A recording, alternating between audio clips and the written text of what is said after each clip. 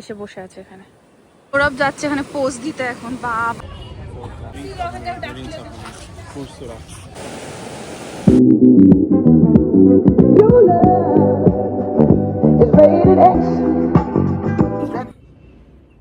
Good morning everyone, welcome back to my channel, welcome to a new blog.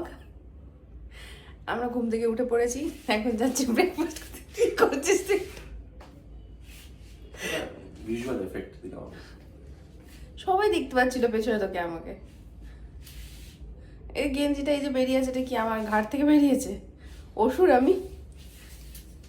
যাচ্ছি breakfast করতে। Ready হয়ে গেছি, বেরোবো। চুলটা এখন বেঁধে নিয়েছি, পরে খুলে নেবো ছবি টবি তোলার সময়। তো আমি একটুখানি ব্লাশার দিয়েছি, একটু হাইলাইটার দিয়েছি, আর নর্মাল সানস্ক্রিনের ওপর পাউডার মেখে নিয়েছি। কোনো ফাউন্ডেশন ইউজ করিনি। আর মুখে তো পিম্পলের দাগও আছে, বাট ঠিক আছে, কুছ দাগ আচ্ছে হতে হ্যাঁ, যদিও এটা আচ্ছা না। সৌরভ রেডি হয়ে, সৌরভ জলদি জলদি জলদি জলদি জলদি জলদি জলদি জলদি এসো। Happy anniversary to us once again. Same to you. Thank you. সৌরভের গেঞ্জিটা দেখাই, দাঁড়া এক মিনিট। সৌরভকে সৌরভের বন্ধু অ্যান্ডি আর সোমা দিয়েছে বার্থডেতে। তো এটা হচ্ছে কি বলে, স্কুইড গেম। এই টি শার্টটা সৌরভকে সৌরভের বন্ধু অ্যান্ডি আর সোমা দিয়েছে বার্থডেতে। তো এটা কি গেম? কি গেম? কি গেমের নাম? Squid game. Squid game. পিছনে ঘোরো, একটু পিছাও, মানে এগাও, ব্যাস। রেড লাইট, গ্রিন লাইট, এই দেখো। যারা যারা দেখেছো এটা তারা বুঝতে পারবে, আমি দেখিনি তো আমি জানি না। নড়ছিস কেন তুই এরকম? কোমর নাচাচ্ছিস কেন? সুন্দর টি শার্টটা, আর খুব কমফোর্টেবল। বল চলো, ready? Are you ready? Full ready. চলো। আজকে যেহেতু এখানে রিল্যাক্স করতে এসেছি, তো সৌরভকে একটুখানি রেস্ট দেওয়া উচিত। সারা দিন কালকে গাড়ি চালিয়েছে, তো আজকে সৌরভ গাড়ি চালাবেন। আমরা একটা ক্যাব বুক করেছি, গাড়ি নিয়েই ঘুরতে পারতাম, কিন্তু এটা আমাদের রিল্যাক্স ট্রিপ। আমরা ঘুরবো অথচ রিল্যাক্স করবো, তো একটা গাড়ি নিয়ে নিয়েছি। তো সে আমাদের ঘোরাবেন হচ্ছে, উনি ঘোরাবেন আজকে কোথায়? ঘুরবো। হ্যাঁ, আজকে সিটি ঘুরবো, কালকে যাব একটা জায়গায়, সেটা দেখার জন্য দেখতে হবে। Dos like, share and subscribe. এটা আমার আজকের ওটিডি। এই টি শার্টটা আমার ভীষণ ভালো লেগেছিল, পুজোর সময় নিয়েছিলাম, পরিনি, এখন পরেছি। তোর ছবি দেওয়া তো টি শার্টে। আমার ছবি? আমি এরকম? সানগ্লাসটা পরে এরকম লাগবে।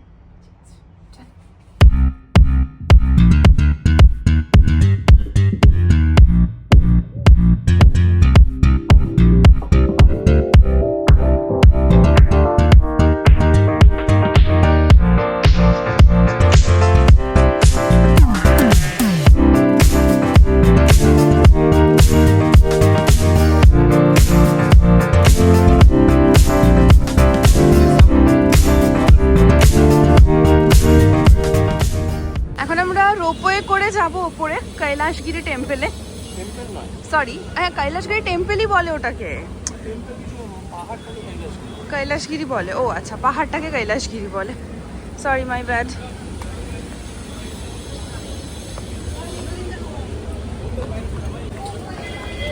টাকা দিয়ে এন্ট্রি টিকিট কাটলাম, তারপর এখন রোপওয়ে টিকিট কাটবো। এবার এখনই হাঁপিয়ে যাচ্ছি তো, দুটো সিঁড়ি উঠেই।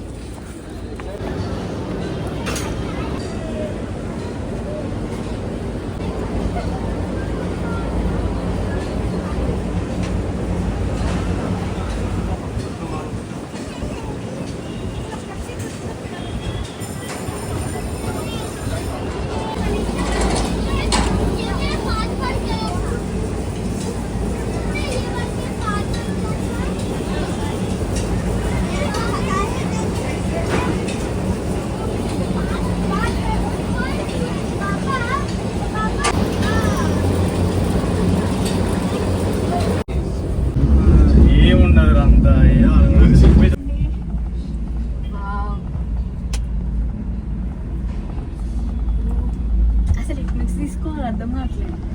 నువ్వు అడ్డున్నావు, లేవా ఒకసారి ప్లీజ్. చెప్పు ఎట్లేమో చేస్తా. పిచ్చుంది కదా అలా. ఓ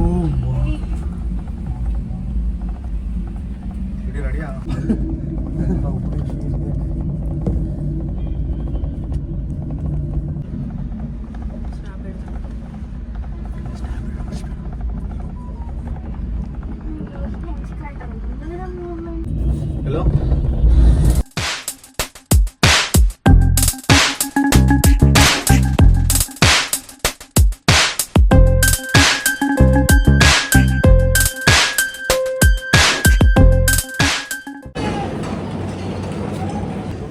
ফার্স্ট টাইম রোপওয়ে চাপলাম, হেভি লেগেছে আর অনেকটা ছিল, এতটা হেঁটে আসা একটু কষ্টকর হয়ে যেত, দরকার হলে হাঁটতাম। এখন আমরা যাচ্ছি ট্রেনের টিকিট কাটতে, মানে চক্র রেল টাইপের, তো ওইখানে যাচ্ছি।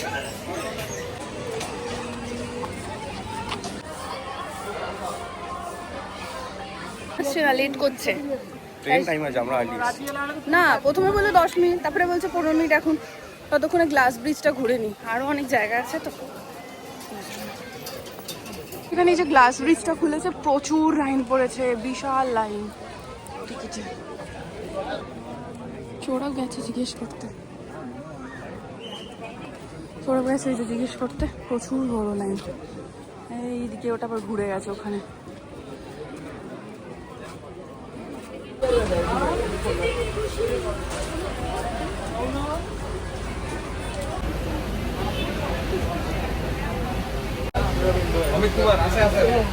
কোথায় যাচ্ছি ট্রেন ধরে আমরা? কলকাতা, ভাইজ্যাগ কি কলকাতা? গ্লাস ব্রিজ চড়া হয়নি, ট্রেনে চড়ছে।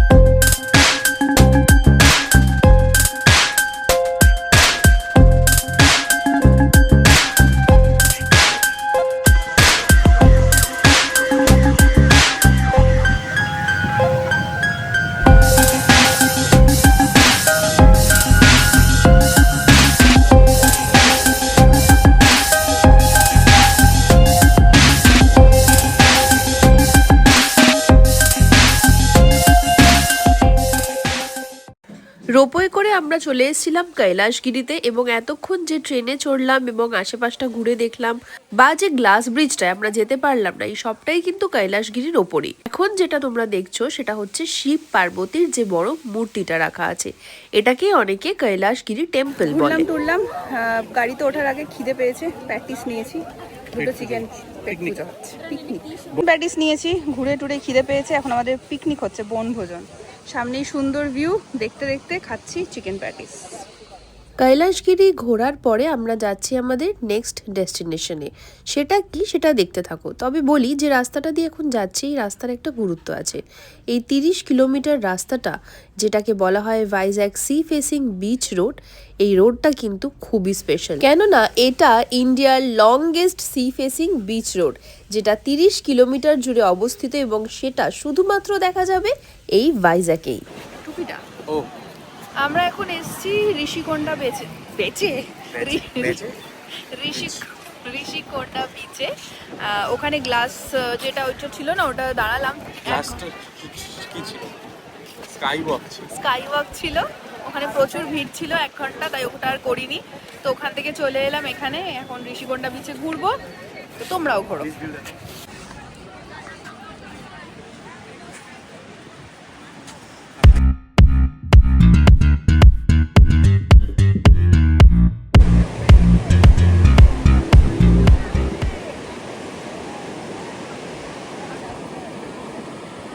এখন আছে ঋষিকোন্ডা বিচে, ভীষণ সুন্দর বিচটা, এইদিকে দেখা যাচ্ছে পাহাড় আর এই হচ্ছে বিচ।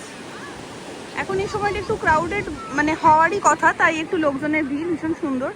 আর এইখানে বোটিংয়েরও আছে ব্যবস্থা, ঠিক আছে। দূরে দেখতে পাচ্ছ কি তোমরা? দেখতে পাচ্ছ না হয়তো, বাট বোটিং আছে। ওরাও এখন কুনালের সাথে গল্প করতে করতে এগোচ্ছে, আমি একটু ততক্ষণে ভিডিও করে নিচ্ছি। ভীষণ সুন্দর বিচটা, আমার এত ভালো লেগেছে। রোদ আছে কিন্তু দারুণ হাওয়া দিচ্ছে, দারুণ এনজয় করছি, ভীষণ ভালো লাগছে। আর ওয়েদারটা ভালো বলে আরও ভালো লাগছে। ট্যান হব বুঝে গেছি, কারণ যে কোনো বিচে এলে যতই প্রোটেকশন নিয়ে আসি ট্যান তো হবই। আর হাওয়া দিচ্ছে, রোদ আছে কিন্তু হাওয়াটাও প্রচুর আছে, তাই রোদে কষ্ট হচ্ছে না। নাহলে আমার এতক্ষণে মাইগ্রেন টাইগ্রেন উঠে অজ্ঞান হয়ে পড়ে যেতাম। আর কি যে সুন্দর লাগছে আমার। বঙ্গোপসাগর আর পূর্বঘাট পর্বত, তার মাঝখানে অবস্থিত এই সুন্দর ভাইজ্যাক সিটি, যাকে বলা হয় সিটি অফ ডেস্টিনি। একসময় এই শহরটা ছিল শান্ত, কিন্তু এখন এই ভাইজ্যাকে গড়ে উঠেছে শিল্প, নৌবাহিনী ও আইটি হাব। এই শহরকে সিটি অফ ডেস্টিনি বলার কারণ হচ্ছে বারবার ঝড়ের ধাক্কা সামলেও এই শহর বারবার উঠে দাঁড়িয়েছে। একদিকে এই শহরে আছে আধুনিকতার ছোঁয়া, আর একদিকে এর শান্ত জীবনযাপন। একদিকে সমুদ্রের হুংকার, আবার একদিকে সবুজের স্নিগ্ধতা। এই শহরের অবস্থান, ইতিহাস, শিল্প, প্রাকৃতিক সৌন্দর্য সবকিছুই যেন একই সুতোয় বাঁধা। সেই সৌন্দর্য উপভোগ করে চলে গেলাম পেট পুজো করতে। দিনটা ছিল আমাদের অ্যানিভার্সারি, তাই স্পেশাল লাঞ্চ তো বানতা হ্যায়। গলি সোডা নিয়েছিলাম নিজের জন্য, আর সঙ্গে ছিল চিকেন বিরিয়ানি। সৌরভের বিরিয়ানি ফেভারিট, আর এখন আমারও। আন্ধ্রা স্পেশাল বিরিয়ানি খেয়ে পেট পুজোর সেরে বেরিয়ে পড়লাম পরের ডেস্টিনেশনে। এই শহরে শুধু প্রকৃতি নয়, ইতিহাসও তার ঝুলি ভরে দিয়েছে অনেক গল্পে। তাই সেই গল্প খুঁজতে আমরা এগিয়ে চললাম।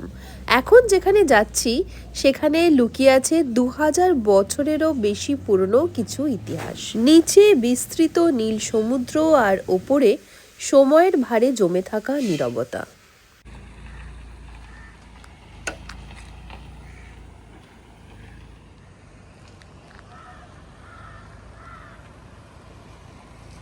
আমরা যেখানে এসেছি এটার নাম থোটলাকোন্ডা। থোটলাকোন্ডা তো থোটলাকোন্ডা বুদ্ধিস্ট মনেস্ট্রি। এটা 1976 সালের, আর খুব একটা ফেমাস প্লেস ইন ভাইজ্যাক। তো ওটা এখন ঘুরে দেখবো। এই ডিটেলসগুলো তোমাদের অ্যাড করে দিচ্ছি, পজ করে একটু পড়ে নিও। Let's go.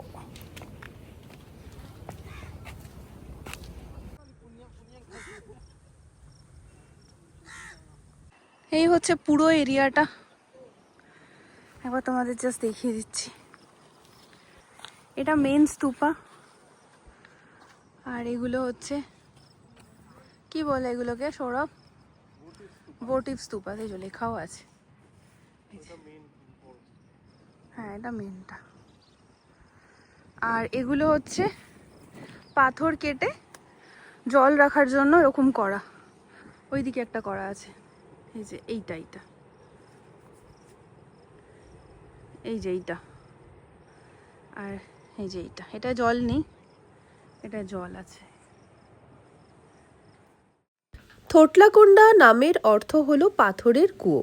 এটি হলো প্রায় 200 বছরেরও বেশি পুরনো এক বৌদ্ধ বিহার। খ্রিস্টপূর্ব 2য় শতক থেকে খ্রিস্টীয় 3য় শতক পর্যন্ত এই জায়গাটি ছিল বৌদ্ধ ভিক্ষুকদের ধ্যান, শিক্ষা ও বিশ্রামের এক গুরুত্বপূর্ণ কেন্দ্র।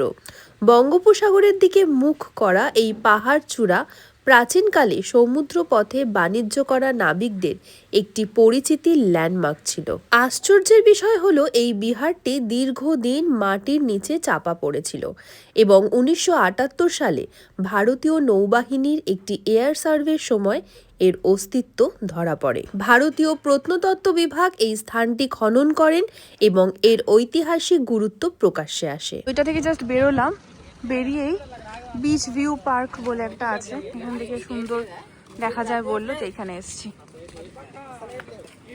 এই যে বোটগুলো দেখছো, নৌকাগুলো, একটু আগে আমাদের হিস্ট্রি বলছিলেন একজন গাইড, সেটা হচ্ছে ওই যে আমরা মনেস্ট্রিটা দেখে এলাম, সেই মনেস্ট্রি মানে 2000 বছর আগের কথা। তখন এই যে বোটগুলো, এইরকম 50টা না 60টা বোট রাখা থাকতো। বাইরে থেকে মঙ্করা এসে এই বোটে করে এবার এই পাড়ে আসতেন, এসে এবার হেঁটে মনেস্ট্রিতে যেতেন। মানে মনেস্ট্রি থেকে এটা 2 মিনিট। ঠিকই বললাম তো? সৌরভ না হলে এক্ষুনি আমাকে ধরবে ভুল বললি। আমার ব্যাগটা নিয়ে সুন্দর লাগছে, তাই তো বললাম, বিদেশ থেকেই তো বললাম। এখান থেকে বিদেশ থেকে এসে এখানে মানে শিপ হতো, তারপর এখান থেকে মনেস্ট্রি আছে। তা আমি কি হিব্রুতে বললাম? দে আমার ব্যাগটা। কেন ভালো লাগছে না? এটা তোর নেওয়ার ব্যাগ নয়, দে। এটা একজন এসে বসে আছে, এখানে বসে পড়েছে, বেঞ্চে বসে পড়েছে।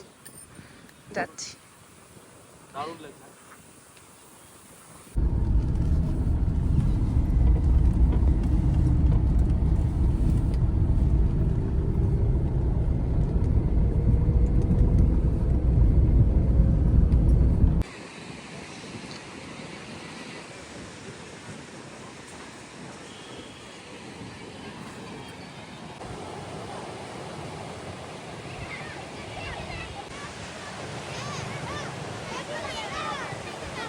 এইটা হচ্ছে ন্যাচারাল আর্টসটা।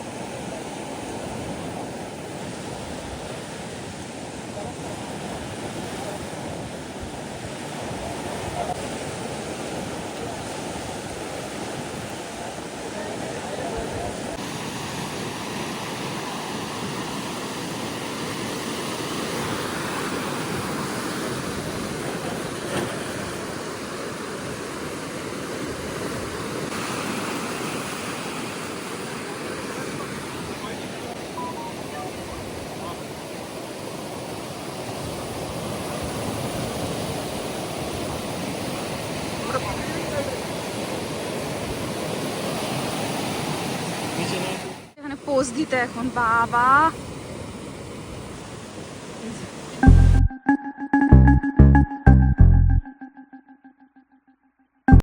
এখন যাচ্ছি মিউজিয়াম দেখতে।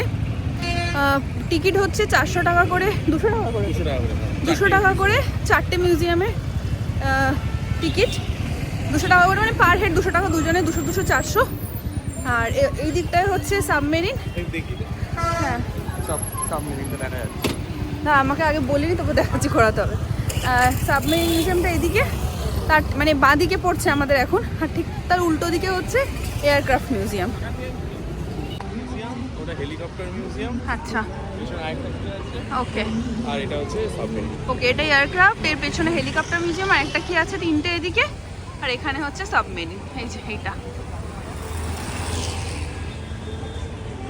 এটা হচ্ছে সাবমেরিন।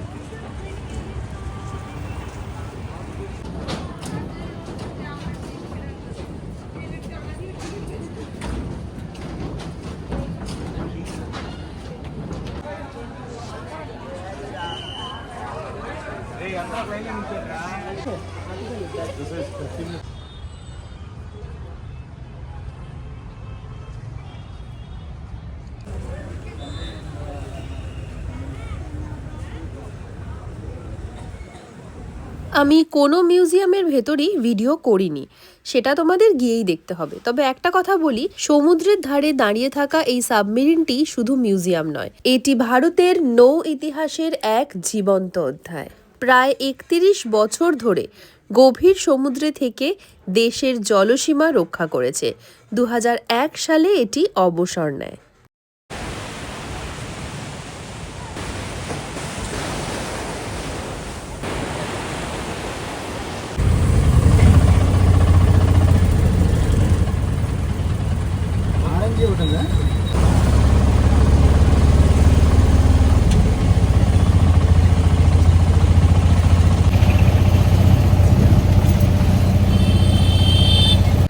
রুমে এসে গেছি আমরা সব ঘুরে টুরে, তারপরে ওই কালকে যে বিচটায় গেছিলাম ওখানে আবার আজকে গেছিলাম, কিন্তু ওখানে আর ভিডিও করিনি, কারণ সেম আমরা একটু চাউমিন খেয়েছি, একটু প্রন পকোড়া খেয়েছি, বাড়িতে এলাম, স্নান টান করেছি, ফ্রেশ হয়ে আমি মাইগ্রেনের ওষুধ খেলাম, কারণ আজকে রোদে ঘুরেছি, দিয়ে রোদে ঘুরেছি তখন থেকে হালকা হালকা ধরছিল, তো আমি ভাবলাম ঠিক হয়ে যাবে, একদম অল্প, কিন্তু যতক্ষণে বাড়িতে এলাম প্রচণ্ড বেড়ে গেছে, মানে আমার মানে মাথাটা ফেটে যাচ্ছে পুরো এখন। তো ওই জন্য ওষুধ খেয়ে এখন একটু বাম লাগিয়ে বসে আছি, এই যে আমার জীবন সঙ্গী, এটা বসে আছি, তো একটু কমলে মাথা ব্যথাটা তারপরে খাবো। আর সৌরভ এখন পড়ছে পেপার, মানে ওই যে এডিটোরিয়াল পেপার, যেগুলো পড়ে টরে, এখানেও নিয়ে এসছেও, তো পড়ছে পেপার, তা আমি দেখাচ্ছি। এই যে ড্রেসিং টেবিলের আসলি ইস্তেমাল, বসে পড়ছি। পড়ো পড়ো, ডিএনডি পড়ো। তোর একটা হালকা ছোট্ট মতো টিকি বেরিয়েছে। চুলে কিছু হলে বাবা সে তো কিচ্ছু বোঝা যাচ্ছে না, সব চুল বসে গেছে এই গেছে ম্যানিয়া ভীষণ। পড়ো।